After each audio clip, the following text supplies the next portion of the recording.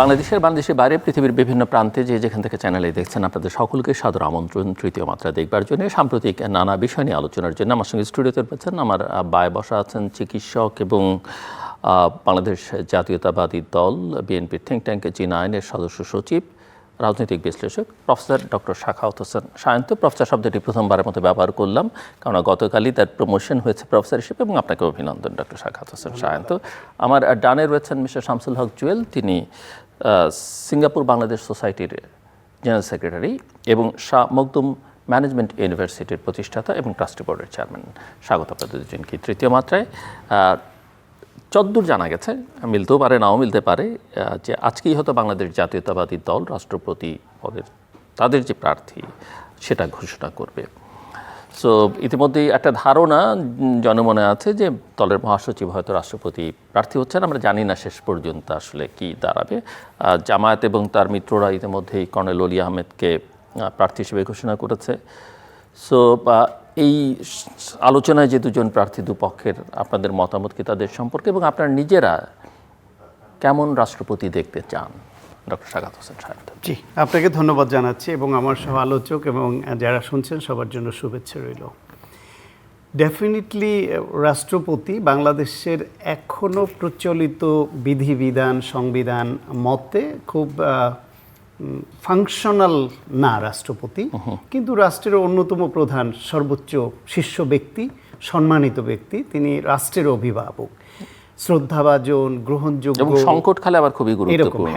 যখন সংকট তৈরি হয়, বিশেষ করে ইন্টারিম গভর্নমেন্ট হলে কিংবা তত্ত্বাবধায়ক সরকার হলে অথবা কোনো বাংলাদেশে কোনো আনরেস্ট হলে, যখন প্রধানমন্ত্রী থাকেন না, তখন গুরুত্বপূর্ণ হয়ে ওঠেন। ফলে তার ক্রাইসিস ম্যানেজমেন্ট করার সক্ষমতা থাকতে হয়।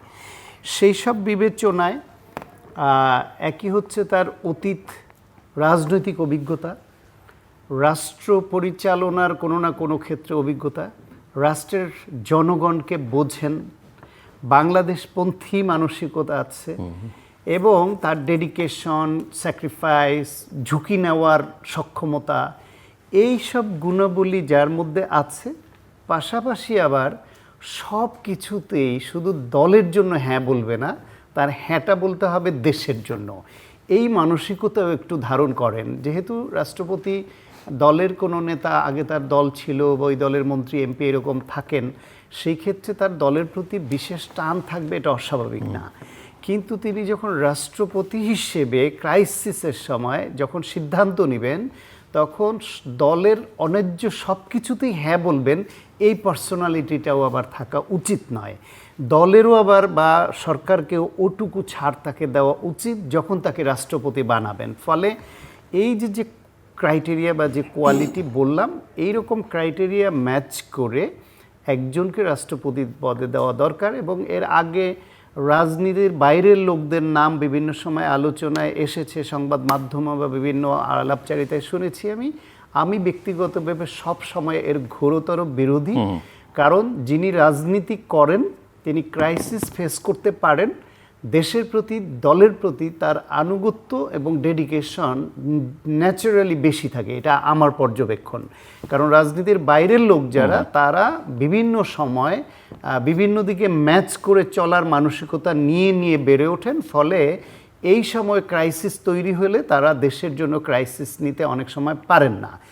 রাজনীতিবিদ হলেও তারা সব সময় সবাই পারেন এমন নয়, সেখানে ব্যতিক্রম আছে, কিন্তু মেজরিটি কেসে তারা ঝুঁকি নিতে পারেন এবং এই ঝুঁকিটা তারা নিয়ে থাকেন। আমি অনেক সময় উদাহরণটা দিই যে 1/11-এর সময় খন্দকার দেলোয়ার হোসেন, তখন তিনি ক্যান্সার আক্রান্ত, অসুস্থ, কি দৃঢ়তার সঙ্গে তিনি দলের পক্ষে দাঁড়িয়ে দলটাকে, খালেদা জিয়ার প্রতি তার যে দৃঢ় সমর্থন, যে আস্থা, বিএনপির প্রতি আস্থা, এইটা রেখে ঝুঁকি নিয়ে দলটাকে রক্ষা করলেন কিভাবে।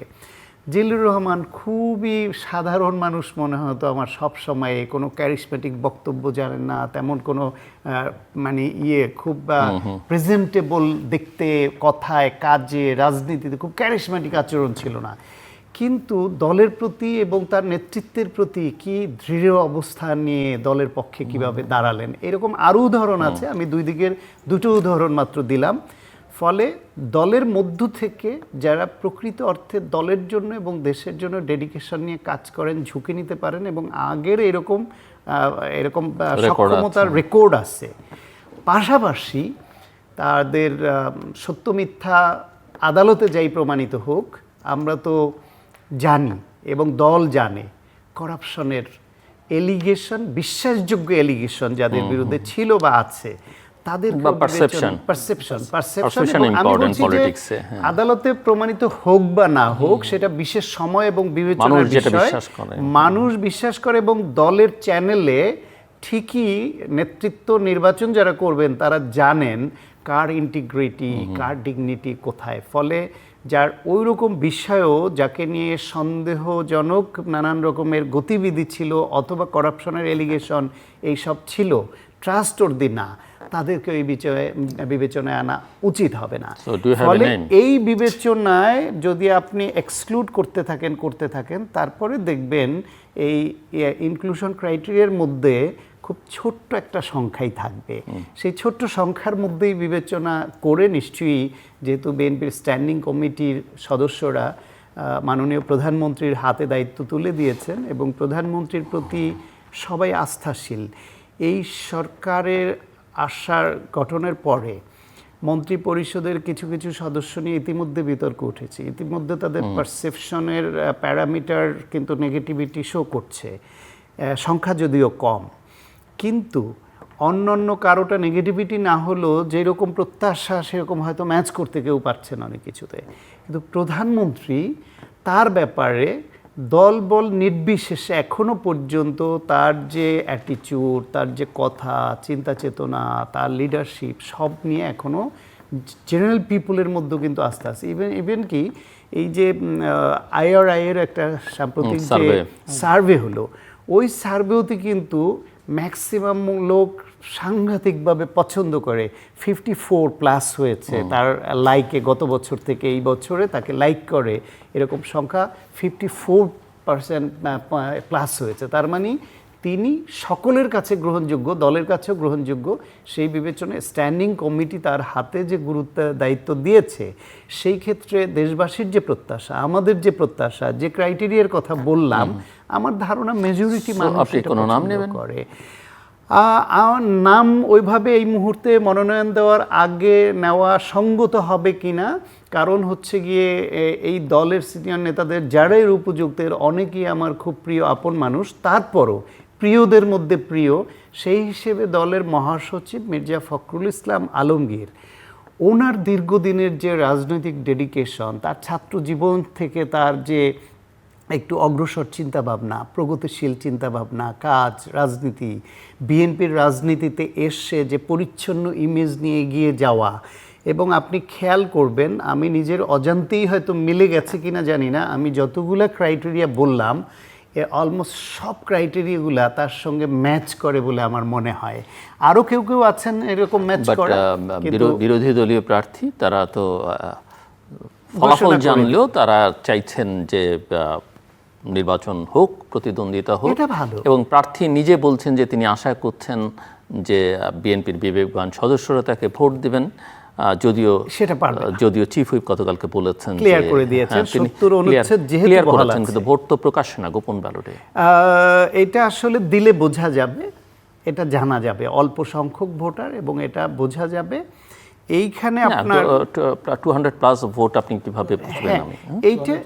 এইটা ধারণা করা যাবে, কারণ তারপরও যদি আমি টেকনিক্যাল বিষয়টা বুঝতে চাইছি, আমি পরিষ্কার নই। কেউ যদি দলের প্রথম কথা হলো গিয়ে জামায়াত একটা বিশেষ কৌশল নিয়েছে যে একজন মুক্তিযোদ্ধা, খেতাবপ্রাপ্ত মুক্তিযোদ্ধাকে প্রার্থী করেছে, এটা তাদের একটা বিশেষ কৌশল। কিন্তু মুক্তিযোদ্ধার জামায়াতের প্রার্থী ওটা কৌশল কিনা সেটাও একটা প্রশ্ন। হ্যাঁ, সেটাও কৌশল, এটা তার লোভের অংশ হতে পারে। একটা হচ্ছে গিয়ে নির্বাচনের আগে তিনি জামায়াতের সঙ্গে জোট করেছিলেন, কারণ জামায়াত এমন একটা হাইপ তুলতে, একটা ফেক একটা হাইপ তুলতে সক্ষম হয়েছিল যে জামায়াত সম্ভবত সরকার গঠন করতে যাচ্ছে, এবং জামায়াত সরকার গঠন করলে তাকে প্রেসিডেন্ট বানাবে, এরকম কথা দিয়েই তাকে এই জোটে এভাবে রাখা হয়েছিল। তিনি কিছু লোভে এবং লাভে পড়ে এইখানে গেছেন বলে অনেকে ধারণা করেন, আমারও ধারণা তাই। এখন সেই লোভের অংশটা নির্বাচনের সময় ফুলফিল হয়েছে, সেই লোভ হয়তো বস্তুগত লোভ, আর লাভের অংশ হিসেবে এবং লোভ দুইটার অংশ হিসেবে এই প্রেসিডেন্ট প্রার্থী হওয়াটাও তার জন্য অনেক বড় ব্যাপার হয়তো তিনি মনে করেছেন। আর জামায়াতে এই দিক থেকে মুক্তিযুদ্ধ নিয়ে তাদের যে একটা শেকি অবস্থান, সেটাকে তারা কিভাবে একটু করা যায়, এটা থেকে একটু দায় মুক্তি নেওয়া যায়, যদিও তারা দায় মুক্তি চায় না। তারা ইনি বিনিয়ে যদি অপরাধ করে বলি ক্ষমা চায়, তারা আক্ষরিক অর্থে মিন করে ক্ষমাটা চায়নি, ভুল স্বীকার করেনি। তারা আল বদরের প্রধান ছিল, তারা আল শামসের প্রধান ছিল, তারা রাজাকার ছিল, তারা এদেশে গণহত্যার নেতৃত্ব দিয়েছে। সুতরাং সেদিকে না গিয়ে তারা নতুন প্রলেপ দিতে চায়, এই প্রলেপে কাজ হবে না। তারপরেও যারা জামায়াতের ইতিমধ্যে সরকার এই সরকার নতুন সরকার দায়িত্ব নেওয়ার পরে তাদের রাজনৈতিকভাবে তাদের নারী নির্যাতন, তাদের ধর্ষণ, তাদের এমপিদের বিষয়ে একটা নাবালিকা মেয়ের সঙ্গে যে বিষয়টা আসলো, এবং অনেক সংবাদ মাধ্যমে এখন আসছে তাদের নেতারা ধর্ষণ, সমকামিতা, তাদের ছাত্র সংগঠন অভিযুক্ত হয়ে পড়ছে, এমনকি হিজড়ার সঙ্গে অনৈতিক কাজে সম্পৃক্ত হওয়ার অভিযোগ চলে আসছে। বিভিন্ন জায়গায় এক বিধবা নারীকে প্রেগনেন্ট করে গর্ভপাত করিয়েছে জোর করে, সেই অভিযোগ সংবাদ মাধ্যমে এসছে এবং মামলার মধ্যে পড়তে হচ্ছে। এমনকি জামায়াতের আমির পর্যন্ত বলতে হচ্ছেন যে শয়তান এই দলটির উপর জেকে বসেছে, সেই জন্য দলের নেতাকর্মীদের সতর্ক থাকতে বলেছেন। তো শয়তান কি পরিমাণ জেকে বসেছে দলটার উপরে, এটা দলের আমির উপলব্ধি করছেন।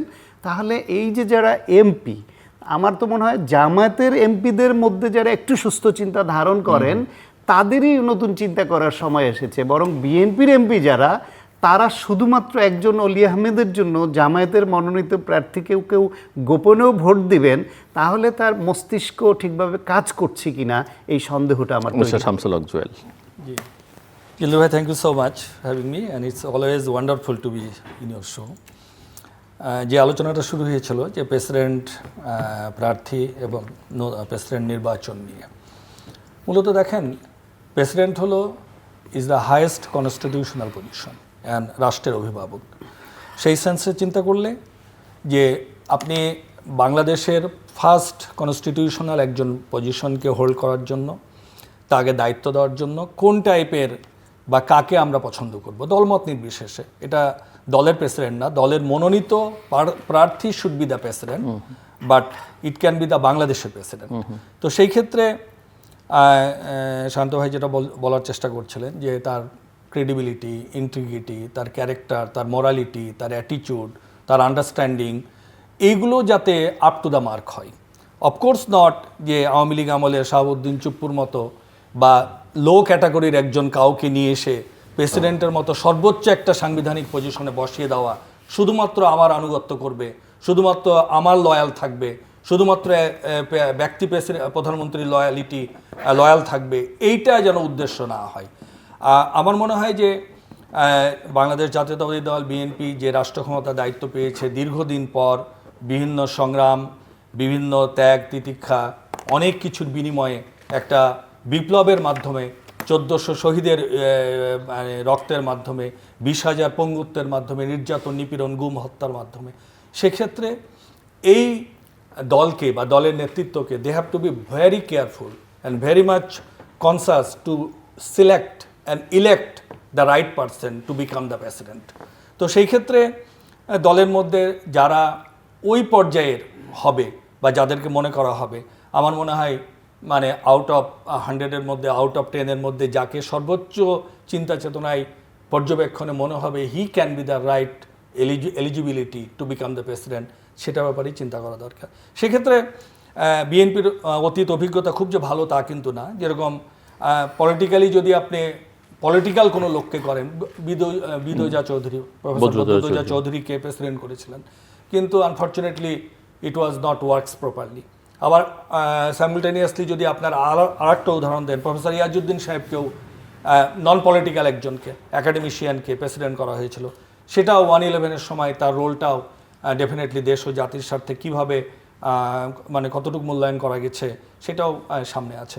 কাজে এখানে আপনি পলিটিক্যাল এবং নন পলিটিক্যাল, অর্থাৎ পলিটিক্যাল এরিনার বাইরে অন্য এরিনা থেকে নিয়ে এসে ভালো প্রেসিডেন্ট হবে, আবার পলিটিক্যাল ভালো প্রেসিডেন্ট হবে, এই উদাহরণ সবসময় আমাদের এখানে কাজ করেছে বলে মনে হয় না। তো আমার মনে হয় এই ক্ষেত্রে they have to be careful, যে দলের যদি রাজনৈতিক লোককেই প্রেসিডেন্ট করে তাহলে সে ডেফিনেটলি ওই আপ টু দ্য মার্ক যেন হয়। আর যদি নন পলিটিক্যাল কাউকে চিন্তা করা হয় নাম নেবেন সেই ক্ষেত্রে না, যেরকম এখন যেটা পত্রপত্রিকায় যে টাইপের কথা বলা হচ্ছে যে মির্জা ফখরুল উত্তরবঙ্গের লোক, দীর্ঘ 52 বছর পর হি বিকাম দ্য ক্যাবিনেট মিনিস্টার। উনি কোনোদিন ক্যাবিনেট মিনিস্টার ছিলেন না, উনি সম্ভবত ডেপুটি মিনিস্টার বা স্টেট মিনিস্টার ছিলেন, না প্রতিমন্ত্রী ছিলেন, হ্যাঁ স্টেট মিনিস্টার ছিলেন।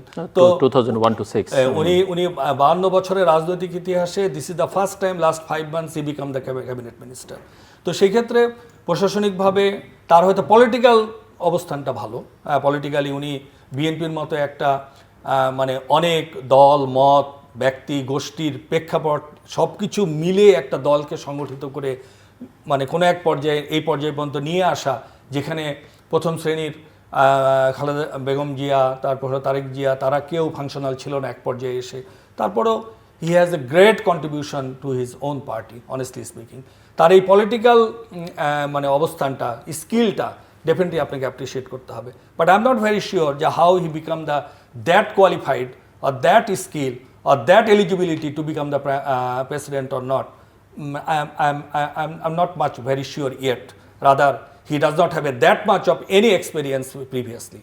And এর বাইরে আপনি ধরেন ওলিয়া মানে বিরোধী জোটের যে প্রার্থীর কথা বলছেন, সেই ক্ষেত্রে কর্নেল ওলির কথা, এখানে পলিটিক্যাল ইস্যুটা অফকোর্স বিরোধী দল তার স্বার্থ দেখার চেষ্টা করবে। 71-এ তার ভূমিকার কারণে সে তার রাজনৈতিক 71 কেন্দ্রিক কাউকে সামনে প্রমোট করা যায় কিনা, যেটা শান্ত ভাই ক্রিটিক্স করেছেন, that is political debate. But অলি আহমেদ সাহেব ক্যাবিনেট মিনিস্টার ছিলেন, জিয়াউর রহমানের সহযোগী ছিলেন, 71-এ তার ভূমিকা ছিল, উনি দীর্ঘ 2 টার্ম ক্যাবিনেট মিনিস্টার ছিলেন। এবার উনি সেই ক্ষেত্রে তার দুর্নীতির উনি নিজেই ক্লেম করেছে he does not have any kind of that much of liabilities about any corruption. তো সেই ক্ষেত্রে আমি জানি না মানে অ্যাডমিনিস্ট্রেটিভ কোয়ালিটি যদি দেখতে চান তাহলে he can be the not bad. But বাংলাদেশের তো প্রধানমন্ত্রী বেগম জিয়া, শেখ হাসিনা, তারেক রহমান, তারা তো কোনো এক্সপেরিয়েন্স ছাড়াই কোনোদিন মন্ত্রিত্ব করা ছাড়াই তারা প্রধানমন্ত্রী হয়েছে। না আমি যেহেতু ডিবেট করছি মানে বিচারপতি শাহাবুদ্দিন তিনি তো পলিটিক্সের বাইরে থেকে এসেছেন। তারপর তো শেখ হাসিনার সময় বিচারপতি শাহাবুদ্দিনকে নিয়ে তো একটা প্রবলেম হয়েছে। তো সেই ক্ষেত্রে আমি বলছি কিন্তু বিএনপির সোফার কনস্টিটিউশনাল পদগুলোর ব্যাপারে কিন্তু আমি একটু আশাবাদী যে তারা খুব বেশি রং চয়েস করেনি অন্যান্য জায়গায় ছাড়া, এবং তারা দলীয়করণ করেছে বিভিন্ন জায়গায়।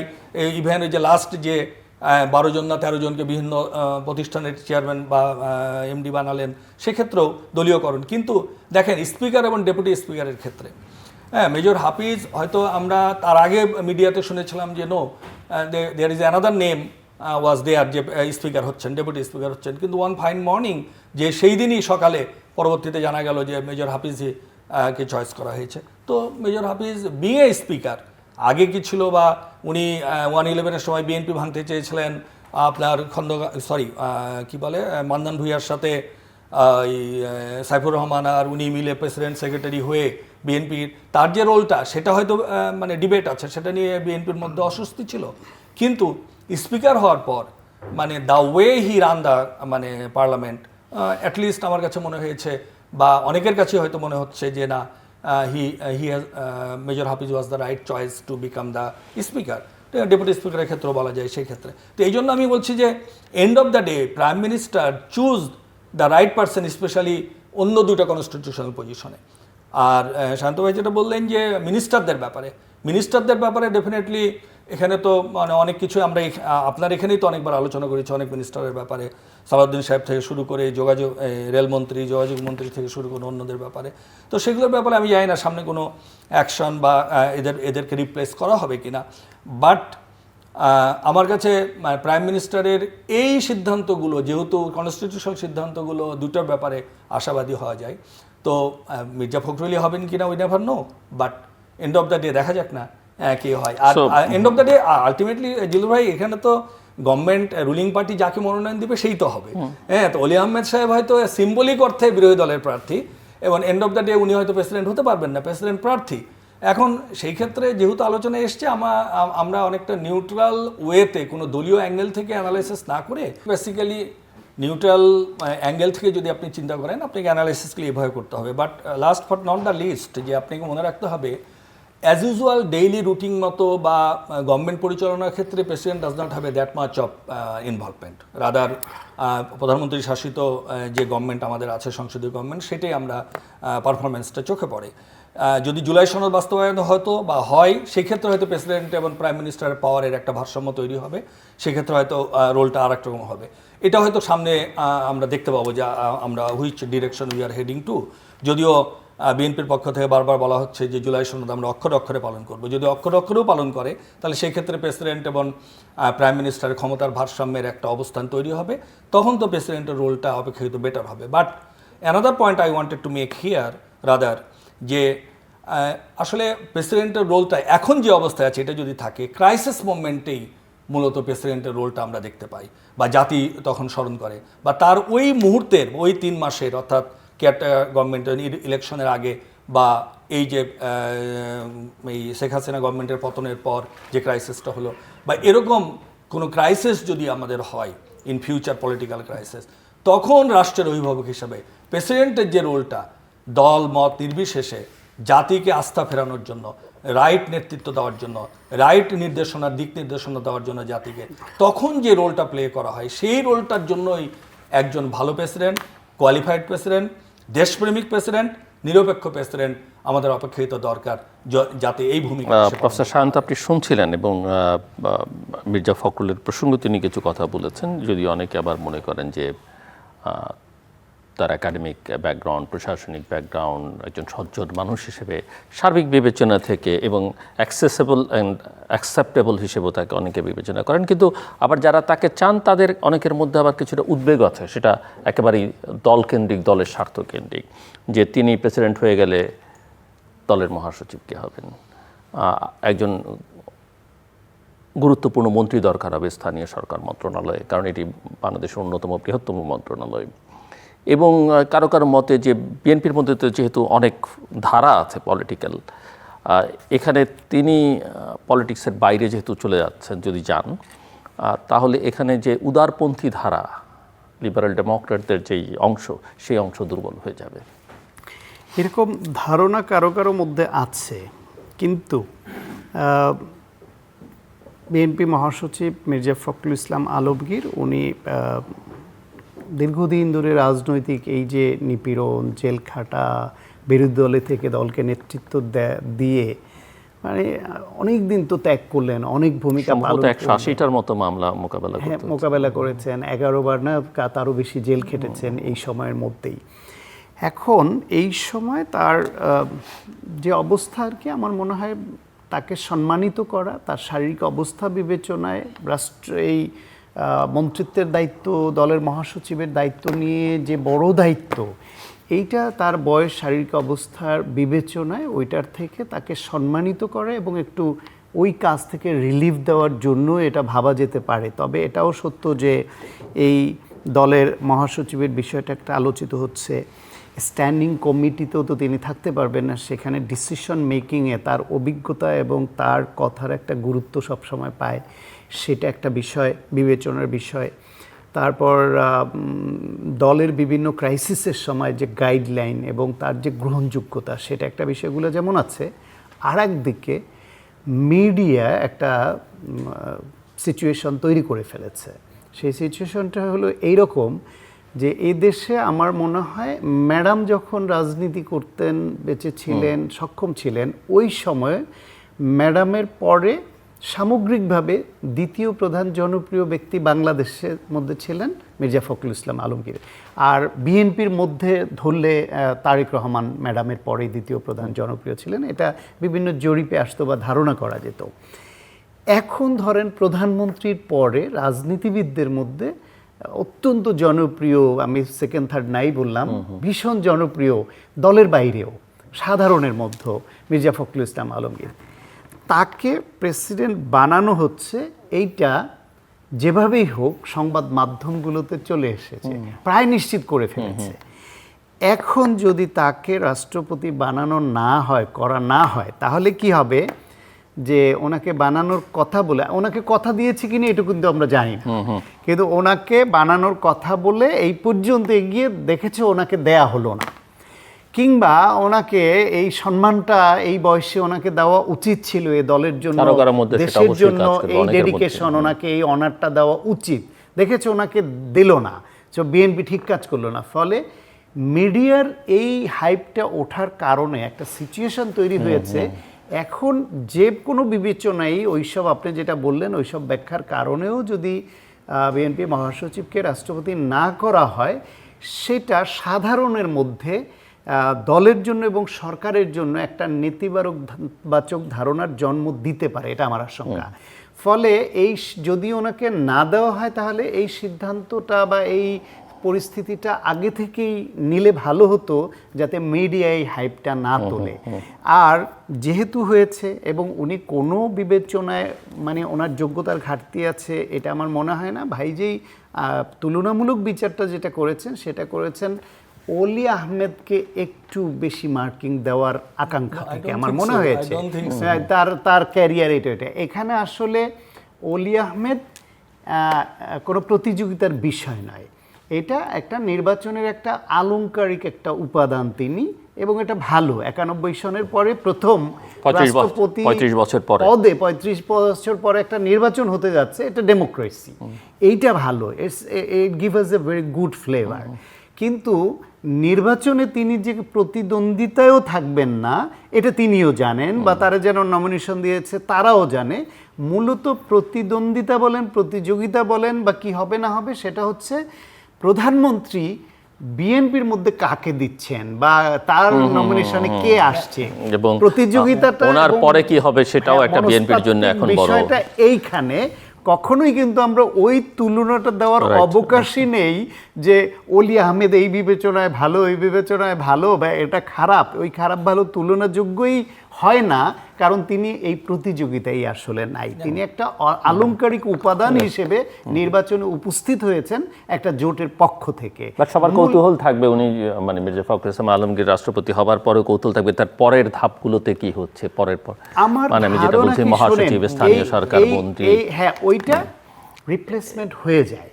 এবং আরেকটা যেটা পলিটিক্যাল ইস্যু আমি যেটা বললাম যে বিএনপির মধ্যে যেহেতু বিভিন্ন একটু centre to left, centre to right, centrist আছে, সেখানে এই ধারাটা একটু, কারণ আমার মনে হয় এই ধারায় প্রমিনেন্ট ফিগার খুব বেশি নেই বিএনপির মতো দলে। আসলে যা কিছুই বলেন শেষ বিচারে গিয়ে ওই যে প্রধানমন্ত্রীর কাছেই দায়িত্ব দিয়েছেন, আপনি যাকে বানান, দলের প্রশ্নে এ আনুগত্য এবং আস্থাটা থাকবে। বিএনপির রাজনীতির ধারাটা এরকম, এটা তারা উইলিংলি বা ভালোবেসেই করে, বাধ্য হয়ে করে তা না। প্রধানমন্ত্রী তারেক রহমান কিন্তু চান যে তার উপর সব দায়িত্ব দিয়ে দিক, এরা সেটা না। আমি অনেক কিছুতে কারো টেলিফোন কনভারসেশনে যখন দেশের বাইরে ছিলেন সামনে থেকে শুনেছি, তিনি খুবই জেনারাস এবং বলেন যে আপনারা সবাই মিলে যে সিদ্ধান্ত দেন আমি তো আপনাদের কথা অনুসারে এই সিদ্ধান্ত নেব। যদিও বাইরে থাকাতে অনেকে যখন ভুল হতো তখন চাপিয়ে দিত যে এটা ওই লন্ডন থেকে আসা সিদ্ধান্ত, যখন ফেল করতো সিদ্ধান্ত, আর সাকসেসফুল হলে এটা আমাদের সিদ্ধান্ত। কিন্তু আসলে প্রধানমন্ত্রী, বিএনপির চেয়ারম্যান যিনি এখন, তিনি খুব জেনারাস এই বিষয়ে। সেই ক্ষেত্রে তার উপর যে দায়িত্বটা আস্থাটা রেখে যাচ্ছে, এটা বাধ্য হয়েও দিচ্ছে না বা বিশেষ কোনো কারণে না, আস্থা রেখে দিচ্ছে, ভালোবেসে দিচ্ছে। আমার ধারণা মহাসচিব যাকেই করা হোক, যাই করা হোক, প্রধানমন্ত্রীকেই দল চালাতে হবে, তার নির্দেশনাই দিতে হবে। তবে মহাসচিব যদি একটু পলিটিক্যাল পারসন হন, যিনি সাধারণের সঙ্গে মিশতে পারেন, সাধারণের পালস বুঝেন এবং সারা দেশের সংগঠন, মূল সংগঠন এবং অঙ্গ সংগঠনের প্রত্যেকটা ইউনিটের অন্তত 2-4 জন নেতাকে চিনেন, ছোট বড় সবাইকে সম্মান করতে পারেন এবং চিনেন যে ওইখানে এই মেরুকরণ আছে, এই গ্রুপিং আছে, একে দিলে ভালো হবে না দলের, বা এইখানে সমন্বয় করতে হবে, এই রাজনৈতিক বোধটা এবং দীর্ঘদিনের অভিজ্ঞতা যার আছে, এমন লোককে মহাসচিব এইসব বড় দলে করতে হয়, না হলে ব্ল্যান্ডার হয়। আর মির্জা ফখরুল ইসলাম আলমগীর যখন ক্রাইসিস চলেছে, দেখেন আপনি 1/11-এর সময় তার আপন বোনের হাজবেন্ড তিনি কিন্তু সংস্কারপন্থী হয়ে গেলেন এবং তখন ওই পরিস্থিতিতে তাকে নিয়ে যাওয়ার জন্য কি ওই পক্ষ থেকে নানামুখী চাপ ছিল না? থাকাটাই তো খুব সঙ্গত। তিনি সেই চাপের কাছে নতি স্বীকার না করে তিনি ম্যাডাম খালেদা জিয়ার প্রতি এবং দল হিসেবে বিএনপির প্রতি অনুগত থেকে কতটা স্ট্রেস নিয়েছেন, কতটা চাপ উপেক্ষা করেছেন। তারপর তাকে মহাসচিব করা হলো। দলের মধ্যে কোনো নেতার অসহযোগিতাও তো ছিল, এখন আমরা প্রকাশ্যে না বললেও আমরা ধারণা করতে পারি এবং জানি। সেই অবস্থায়ও তিনি কারো প্রতি কোনো বিষোদ্গার কখনো করেননি। তার যে ভাষা, মহাসচিব হওয়ার পরেও তিনি চাপে ছিলেন, নানামুখী চাপে ছিলেন এবং দীর্ঘদিন ভারপ্রাপ্ত থাকতে হয়েছে। যখন পূর্ণাঙ্গভাবে দায়িত্ব পেলেন তারপরও তাকে খুব অ্যাকোমোডেটিভ হয়ে সহ্য এবং ধৈর্যের পরীক্ষা দিয়ে কিন্তু এই দলের হাল ধরতে হয়েছে। তারপরেও যখন ম্যাডাম অসুস্থ, ম্যাডামকে জেলে নিয়ে যাওয়া হলো, তারেক রহমানের বক্তব্য প্রচারে নিষেধাজ্ঞা, কত রকমের চাপ, নেতাকর্মীদের মধ্যে নানা রকমের বিশৃঙ্খলা, বিভিন্ন জনকে পারচেস করার পায়তারা করছে বিভিন্ন বাহিনী, সেই সময়েও মির্জা ফখরুল ইসলাম আলমগীর তার বিবেককে কারো কাছে বন্ধক রাখেন নাই। ফলে তিনি নানাবিধ পরীক্ষায় উত্তীর্ণ একজন মানুষ। এই দলে আরো অনেকেই উত্তীর্ণ আছেন, কিন্তু তার কথাটা আমি এখন বলছি এই জন্য যে তিনি আলোচনায় আছেন। মানে আরো অনেকেই সৎ নেতা, ভালো নেতা, খুব যোগ্য নেতা আছেন, কিন্তু তার বিষয়টা এখন আলোচনায় বলে আমি এইভাবে পয়েন্ট আউট করছি। জি, আমি একটু আবার আপনার কাছে যাই। আপনি কিছু প্রসঙ্গ তুলেছিলেন যে জুলাই সনদ যদি বাস্তবায়ন হয়, এটা নিয়ে আপনার মধ্যে সংশয় বোঝা যায় যে আছে, হবে কি না, হলে এখানে রাষ্ট্রপতি প্রধানমন্ত্রীর ভারসাম্য। আপনি নিজেই আলোচনার মধ্যে বলছিলেন, এর আগেও আপনি আলোচনা করেছেন যে মন্ত্রীবর্গ নিয়ে, এবং 6 মাস তো হচ্ছে এবং 6 মাস হচ্ছে, তার মানে একটা ধারণা আমরা যেটা বাইরে থেকে জানি যে প্রধানমন্ত্রী তার মন্ত্রীবর্গকে ধারণা দিয়েছিলেন যে তিনি 6 মাস পরে পুনর্মূল্যায়ন করবেন তার মন্ত্রীদের। সো এই জায়গায় আপনার বক্তব্য, বা এখনও যদি প্রধানমন্ত্রীর সিদ্ধান্ত গ্রহণে কোনো ভূমিকা রাখে বা না। জিল্লু ভাই, থ্যাংক ইউ এগেন। শান্ত ভাই যেটা বলছিলেন, আসলে মানে হি গট মি মানে একটু রং ওয়েতে দেখেছেন। মানে ব্যাপারটা আই ডিড নট মানে if it is wrong I am sorry. No no, I didn't say something যে আমি কর্নেল ওলিকে সামনে রেখেছি, আগিয়ে রেখেছি, পিছনে। No, I just have some kind of discussion, হ্যাঁ, যে তার অবস্থানটা আর এর অবস্থানটা। মানে I am not favour of anybody, মানে ইন সেন্স আপনি পলিটিক্যালি আমরা দুইটাকেই সামনে রেখেছি, এইভাবে আলোচনাটা করেছি আর কি।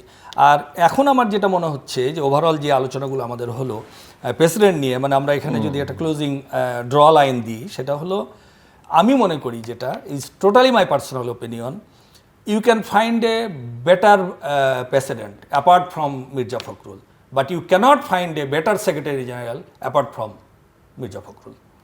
This is the situation. মানে বিএনপির মতো এই ধরনের একটি বহুদা মানে মত ও পথের চিন্তা চেতনার সম্পর্কে ধারণ করে বিভিন্ন grouping, as you said earlier, সব কিছুকে নিয়ে দীর্ঘ সময় ধরে মির্জা ফখরুল ইসলাম আলমগীর যেভাবে একটা সিম্বল অফ ইউনিটি হয়ে সেক্রেটারি জেনারেলের দায়িত্ব পালন করে আসছেন এবং এখনও করা দরকার, এটার বিকল্প you will get a very difficult to find somebody else, very difficult, but you can find a better president. আপনি খুব বেশি কষ্ট হবে না। এই জন্য আমি বলছি যে আমি initially I was trying to say that one, Zillur ভাই, যে মানে প্রাইম মিনিস্টারের ডিসিশন যেরকম স্পিকারের ক্ষেত্রে বা ডেপুটি স্পিকারের ক্ষেত্রে আমরা দেখেছি, লাস্ট মোমেন্টে he just change it, and যে আলোচনাগুলো ছিল সেটা ছিল না। আর এই জন্য আমি বলছি যে মিডিয়া, এটা তো মিডিয়ার দায়িত্ব, not even as of today, even আমরা টকশো শুরু করার আগ পর্যন্ত বিএনপির পক্ষ থেকে আনুষ্ঠানিকভাবে বলা হয়নি Mirza Fakhrul is our candidate, isn't it?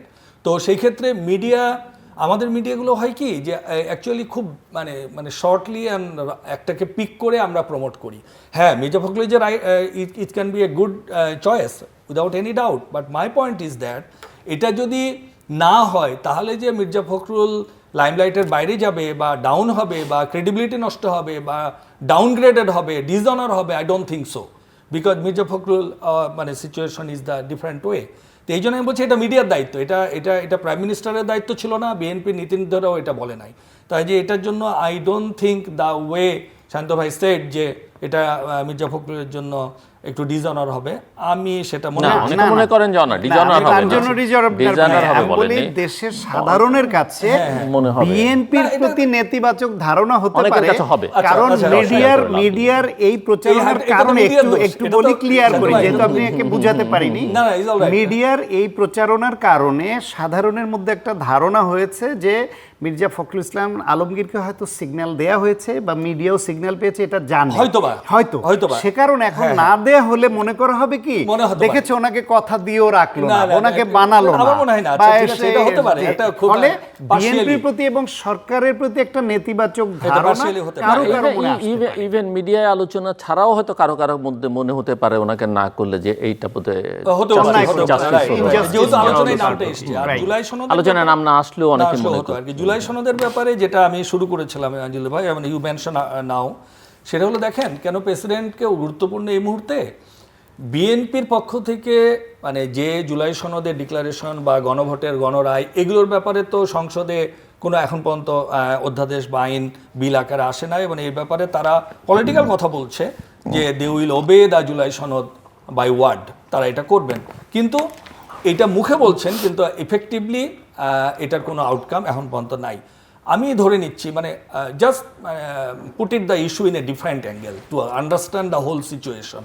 আপনি মনে করেন জুলাই সনদ বাস্তবায়নে বাধ্য হলো বিএনপি, বা জুলাই সনদ উইলিংলি উনি বাস্তবায়নের দিকে গেলেন, তো সেক্ষেত্রে one of the best things এবং one of the main thing is there যে প্রাইম মিনিস্টার এবং প্রেসিডেন্টের ক্ষেত্রে ক্ষমতার ভারসাম্য তৈরি করতে হবে বা হবে, যে ক্ষেত্রগুলো আছে ওখানে, যেখানে কনসাসনেস কমিটিতে সবাই এগ্রি করেছে।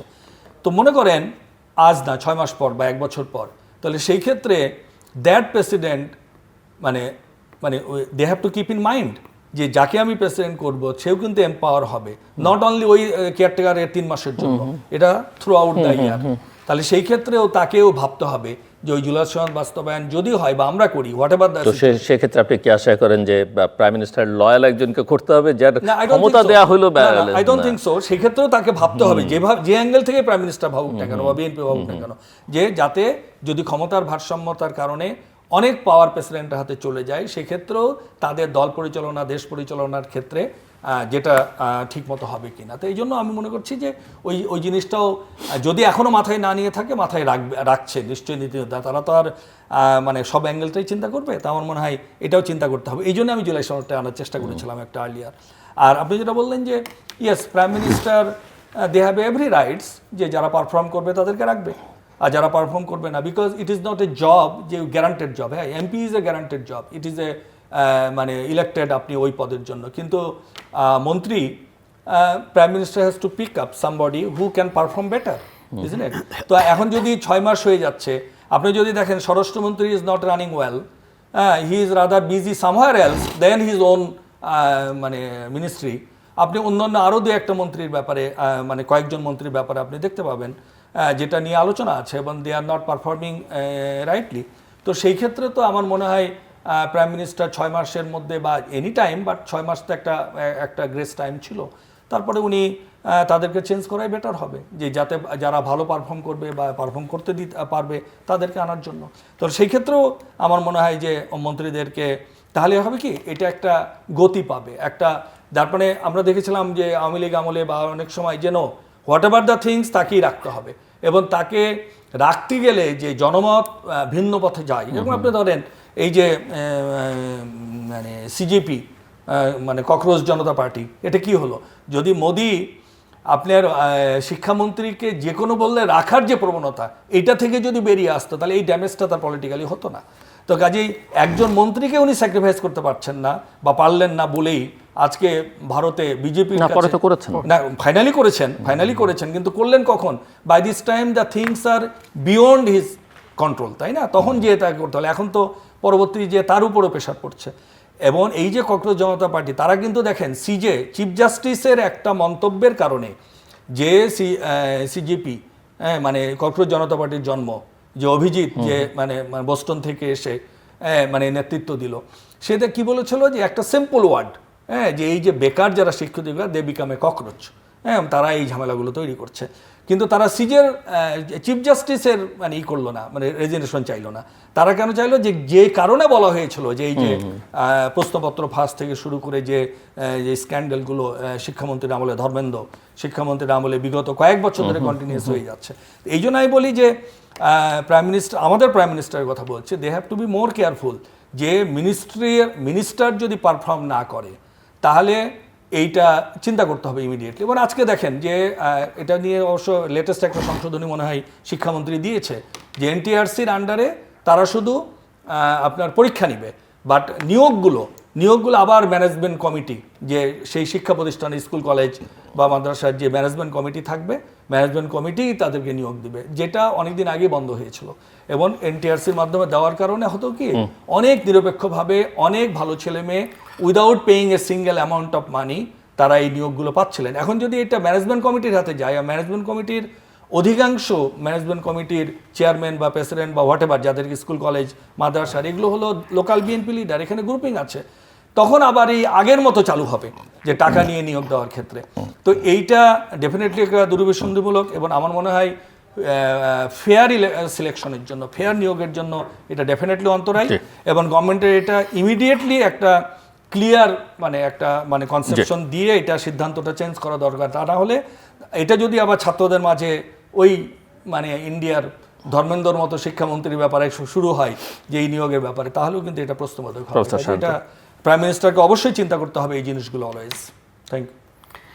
না ভাই, যে আলোচনা গেছেন ওটা হলো আমি একটু জাস্ট আপনাকে রুটিনের মধ্যেই আপনার কাছ থেকে আমি একটু শুনতে চাই যে এই 6 মাসে সরকারের পারফরমেন্স মানে অফকোর্স প্রধানমন্ত্রী এবং তার পারিষদবর্গের পারফরমেন্স, এখানে তো সরকার পরিচালনার সঙ্গে অ্যাডমিনিস্ট্রেশন আছে, আরও নানা উইং আছে, বাট মূলত মানুষ যাদেরকে দেখে আসছে সেটা 6 মাসে সরকারের পারফরমেন্স আমি বলবো যথেষ্ট ভালো, তবে কিছু ত্রুটি বিচ্যুতিও পরিলক্ষিত হয়েছে, সেইগুলিকে অ্যাড্রেস করতে হবে। এখনও ত্রুটি বিচ্যুতিটা খুব মেজর পর্যায়ে না, কিন্তু ছোট থাকতে বা অল্প থাকতেই যদি এটাকে অ্যাড্রেস করা না হয় এবং এটা নিরসন করা না হয়, তাহলে একটা মেসেজ সবার মধ্যে এরকম যেতে পারে যে তারা সরকারের টপ লেভেল, যাদেরকে আমরা সর্বোচ্চ আস্থার জায়গায় রাখছি, তাদের প্রশ্রয় পাচ্ছে এরা।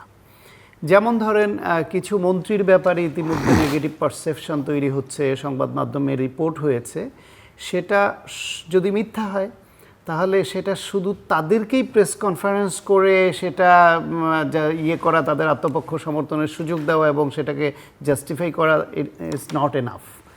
তাহলে সরকারের দায়িত্বশীল জায়গা থেকে বলতে হবে যে আমরা এদের বিরুদ্ধে এই অভিযোগ খতিয়ে দেখেছি, এটার এই জায়গায় ভুল প্রচারণা হয়েছে, এটা আসলে ঘটনা, এটা করতে হবে। আর যদি মনে হয় সেটা করতে না পারে, তাহলে মানুষ ধরে নেবে তাদের বিরুদ্ধে অভিযোগগুলি সত্য। তাহলে যেই সব অভিযোগ 16.5 বছর ধরে আওয়ামী লীগের মন্ত্রীদের বিরুদ্ধে, এমপিদের বিরুদ্ধে আমরা করেছি এবং অপছন্দ করেছি, দেশের মানুষ অপছন্দ করেছে, সেই একই ক্রাইটেরিয়া এইখানে কারো মধ্যে বহাল থাকতে দেয়া যাবে না। এই নীতিতে সরকারকে যেতেই হবে। সেই সংখ্যাটা কিন্তু খুবই কম, 50 জন মন্ত্রীর মধ্যে 2-4 জন মন্ত্রীর ব্যাপারে এক সমালোচনা উঠেছে এখনো পর্যন্ত, এর বেশি না। কিন্তু 2-4 জনকেও আপনি তাদেরকে কারেকশনের আওতায় অথবা পত্রপাঠ বিদায়ের পথে না নেন, তাহলে এই 2-4 জনের জন্য 50 জনের এবং 50 জনের যিনি অভিভাবক তিনি তার ভূমিকা এবং চিন্তা চেতনা প্রশ্নবিদ্ধ হবে, যেটা এখনও সবাই খুব ভালোভাবে নিচ্ছে। দ্বিতীয় হলো গিয়ে ধরেন জুলাই সনদের গুম কমিশন বাতিল করলো, আমি নিজেও অনেক অনুষ্ঠানে সমালোচনা করেছিলাম সেটার, কিন্তু আমার একটা আস্থার জায়গা ওইখানে ছিল যে আইনমন্ত্রী তিনি নিজে মানবাধিকার সংগঠক, আইন সালিশ কেন্দ্রের সাধারণ সম্পাদক ছিলেন, G9-এর প্রেসিডেন্ট সেক্রেটারি ছিলেন 2009 সাল থেকে পর্যন্ত বহু বছর, এবং আমরা হিউম্যান রাইটস নিয়ে একসঙ্গে অনেক কাজ করেছি। দেশের বাইরের অনেক হিউম্যান রাইটস অর্গানাইজেশনের সঙ্গে আইনমন্ত্রী অ্যাডভোকেট মোহাম্মদ আসাদুজ্জামান কাজ করেছেন। ফলে আমার এই আস্থাটা ছিল যে গুম খুন মানবাধিকার বিষয়ে তিনি আমাদের কাছে অগ্রহণযোগ্য এরকম কোনো কিছু করবেন না। একটু সময় নিয়েছেন, তাতে সরকারের বা দলের সমালোচনা হয়েছে, ফাইনালি যে গুম প্রতিরোধ ও বিচার যে আইনটা করেছেন কিছু কিছু সমালোচনা আছে, এটা থাকবেই বিভিন্ন পক্ষ থেকে, কিন্তু আমার মনে হয়েছে যে মোটামুটি ভালো একটা আইন হয়েছে। কিছু জায়গায় সমালোচনা থাকলে ভবিষ্যতে তো কারেকশনও করা যাবে। জুলাই স্মৃতি জাদুঘর উদ্বোধন নিয়ে নানান রকমের মন্তব্য, নানান কথা ছিল, কিন্তু প্রস্তুতিতে একটু সময় লাগে, সেটাও কিন্তু হলো। এবং ওই জুলাই স্মৃতি জাদুঘর উদ্বোধনের দিন রাষ্ট্রপতির যে প্রোগ্রাম, সেখানে পর্যন্ত কিন্তু স্বরাষ্ট্রমন্ত্রী অধীনও একটি কথা কিন্তু তিনি খুবই দৃঢ়তার সঙ্গে বলেছেন, যে কথাটা ভাই উল্লেখ করলেন, যে জুলাই সনদ অক্ষরে অক্ষরে পালন করা হবে। এখন তারা অক্ষরে অক্ষরে করুক আর বাক্যে বাক্যে করুক আর প্যারায় প্যারায় করুক, তারা করবে আমার ধারণা, এখানেও আমার বিশ্বাসটা আছে। হয়তো সময় নিচ্ছে, কারণ তাদের রাজনৈতিক দল, তাদের অনেক কিছু ভেবে করতে হয়, কারণ দল টিকাতে হয়, সরকার টিকাতে হয়, মানুষের পালস বুঝতে হয়, সব কিছু তো লিল্লা বোর্ডিং না যে সবাইকে বিলিয়ে দেওয়া যায়। সুতরাং এটা সময় নিতে হচ্ছে, আমার ধারণা ধীরে ধীরে এটা করবে। এবং সেটা করতে যদি তাদের কোথাও কোথাও ব্যক্তি বিশেষের অনীহা থাকে, তাও না করে পারবে না। কারণ ম্যাডাম খালেদা জিয়ার নেতৃত্বে ভিশন 2030 হয়েছিল, তার পরবর্তীতে তার রিফাইন ভার্সন রাষ্ট্র মেরামতের 31 দফা হয়েছে, তারপর জুলাই সনদে তারই অনেকগুলো স্থান পেয়েছে এবং সব দল একমত হয়েছে, যেখানে নোট অফ ডিসেন্ট নাই, একমত হয়েছে, এই বিষয়গুলোর মধ্যে আছে। এরপর নির্বাচনী ইস্তেহারে তারা দিয়েছে।